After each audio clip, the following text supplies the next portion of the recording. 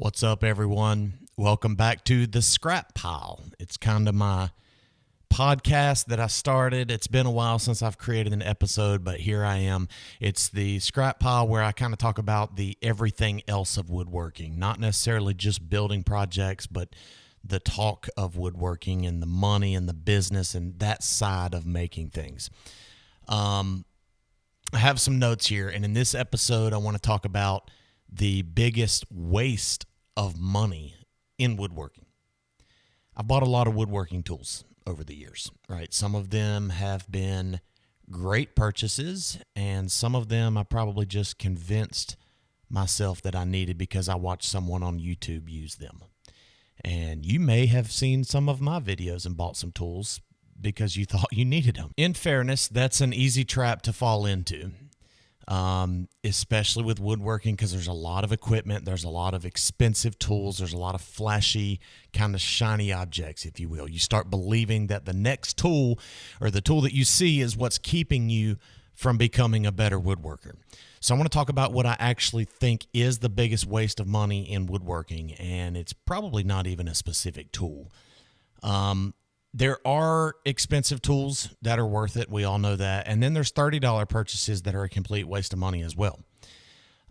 If you're buying something real quick for your future shop, so to speak. Okay, let me back up. We have this tendency, because I do the same thing. We have this tendency to imagine the furniture that we're going to build eventually. We have the tendency to imagine the business that we're eventually going to have, the giant shop that we're eventually going to own, the production volume maybe that we're eventually going to need. So we buy this equipment accordingly, like we're going to do it eventually. Here's an example. You don't need to buy a $3,000 machine today because there's a chance that you might need it 3 years from now, right? What problem does this tool solve for me right now is ultimately the question that you need to ask. And if you don't have an answer for that, then don't buy the tool. Plain and simple. You're buying and spending your money, wasting your money on the sexy kind of image, again, of the business you could have one day, the employees, the shop you could have. You're wasting money. You may never get there. Plain and simple. You may have this dream of $1 million a year business, and you may fail.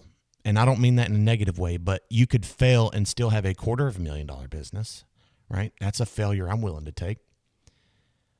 There's also the YouTube dream shop effect. I talked about that a minute ago. We see stuff online. I do make YouTube videos, and I'm going to be mindful of that when I talk about this section. But I also am a woodworker first, and so I can see that side of it as well. But YouTube shops, especially the big YouTubers, and I'm not picking on them because I watch them also, but they make it seem normal to have a $5,000 table saw, the SawStop name brand, a giant cabinet saw. They make it normal that you have to have a 20-inch planer and an 8-inch joiner. Everything has to be Festool brand. You have to have a state-of-the-art CNC with a laser cutter, a giant $3,500 dust collector, a dedicated assembly table. You have to have wall-to-wall organization. They make that stuff seem normal. And I've probably been guilty of that, of some of my videos being over-edited also, right? But the viewers need to remember something. A woodworking creator's shop is a shop, and they do make stuff there, but it's partially a production studio. They may own the equipment because manufacturers send it to them for free, or they're reviewing the equipment, or their affiliate links generate income. Their content may require it. Woodworking is their full-time job, but it may be more of a media-style business or business model rather than making things. So keep all that stuff in mind when you watch these guys that are acting like it's just normal to have all this money and all this, $200,000 worth of equipment in their shop. Don't compare your garage shop to someone else's content studio.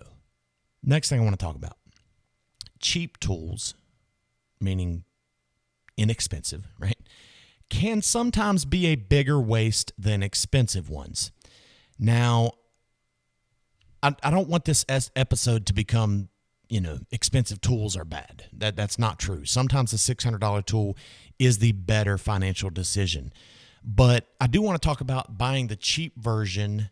Here's the scenario. You buy the cheap version of a tool, you hate it, so then you replace it, and ultimately buying the good tool or the more expensive tool was the best decision anyway.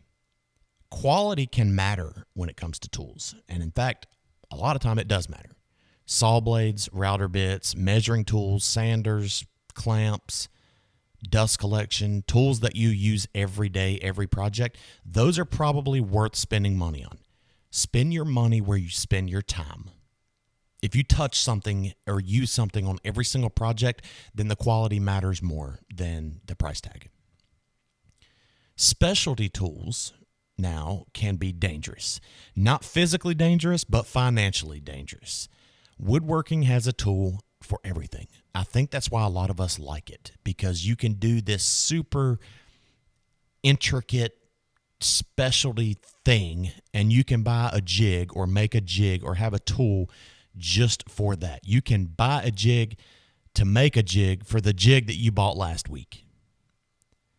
There's specialty jigs. There's one-purpose router bits. They do one thing, but you have a tool for it.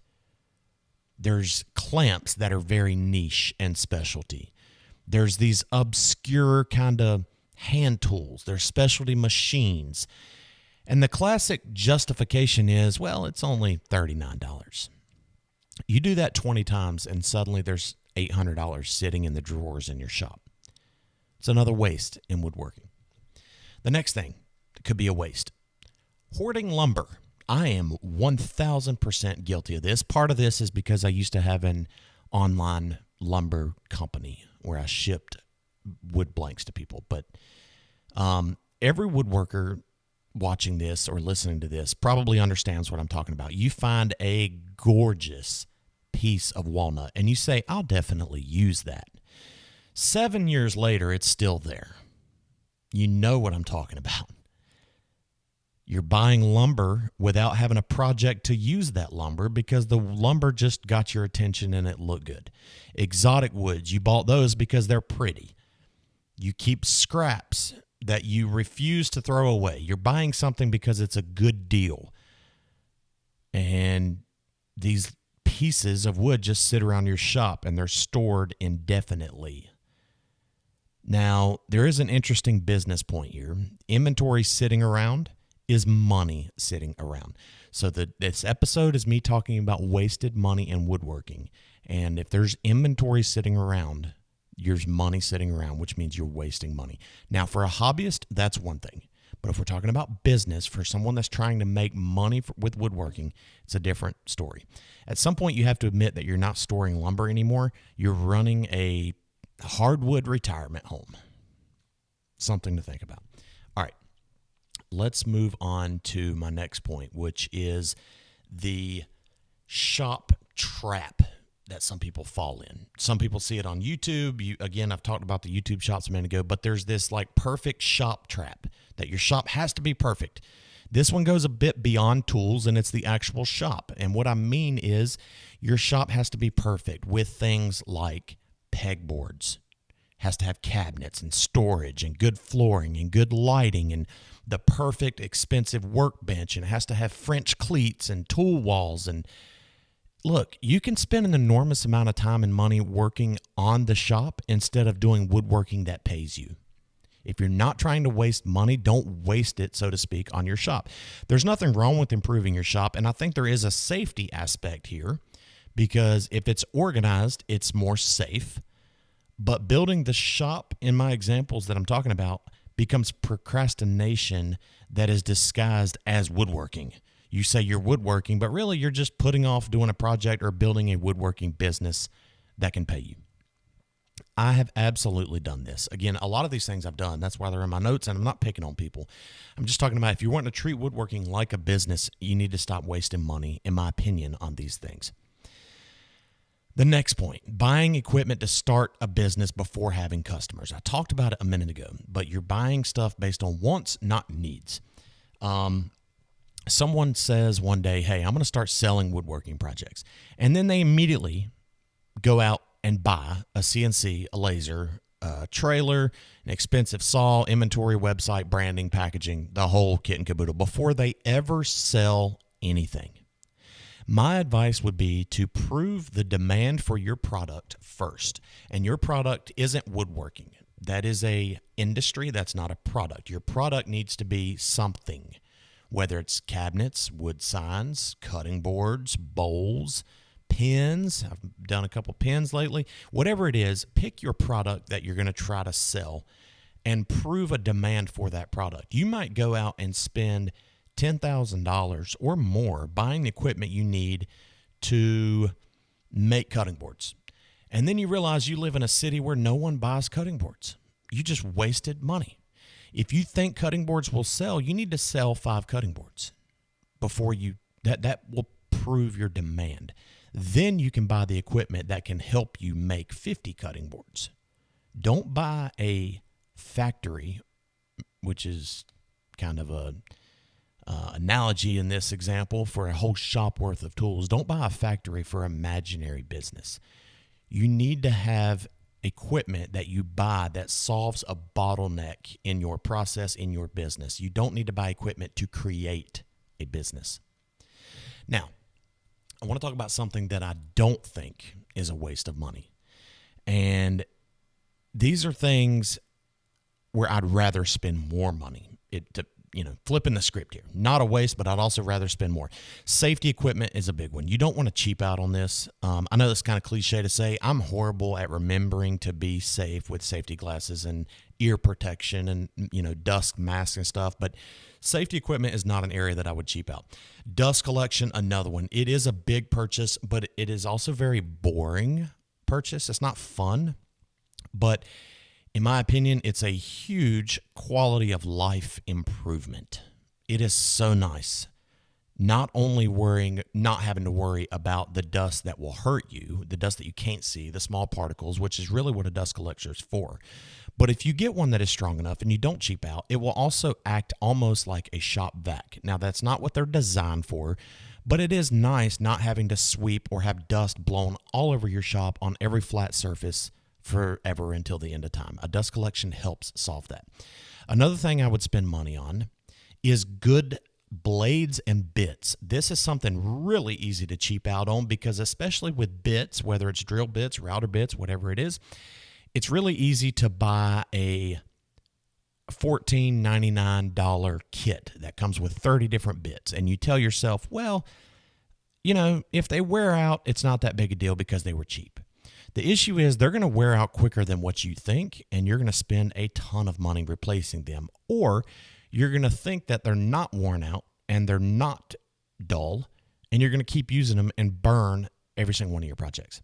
Spend more money on a good blade, whether that's for your miter saw, table saw, bandsaw, whatever it is, and bits for your router, for your drills. Those are things that I would spend more money on. A mediocre machine can perform surprisingly well with good tooling. So spend your money on blades and bits. Lighting is another one. This is kind of underrated, but it is a good shop improvement in my opinion because, and not for the sake of making videos or content, but just for safety and being able to see your finish, inspect the wood, find the defects in the wood. Lighting is very important with woodworking because if it's a finished masterpiece that's going in someone's home, their home is going to be well lit. And you don't want them to see something that you didn't see simply because you couldn't see it because the light wasn't sufficient. Measuring tools. This is something I would spend some money on as well. You don't have to go crazy with the popular, red woodpecker brand, but a few quality measuring tools are worth spending money on because a few inaccurate measurements just compound over and over and over. Accuracy is important depending on what kind of furniture or what kind of woodworking you're doing. If you're doing fine furniture, accuracy is very important. But a few quality measuring tools are worth spending some money on. The last thing I would say that's worth spending money on is the tool that you use constantly, whatever it is for you. If you use your sander 100 times a year, spending extra on that makes sense. And you probably don't want to do that because, again, that's not fun. That's not sexy. That's not exciting. What is exciting is that 8-inch joiner and that 20-inch planer. But you don't use your 8-inch joiner and your 20-inch planer on every project. You do use your sander. Spend money on the sander, right? That's just my example. But spending heavily on things that you use constantly is wise. Spend cautiously on the things that you might use someday because, again, you're not using it. If I were going to start my shop again, I kind of just threw this in here. If I was going to start from zero, what would I buy? You may be asking that. What wouldn't I buy?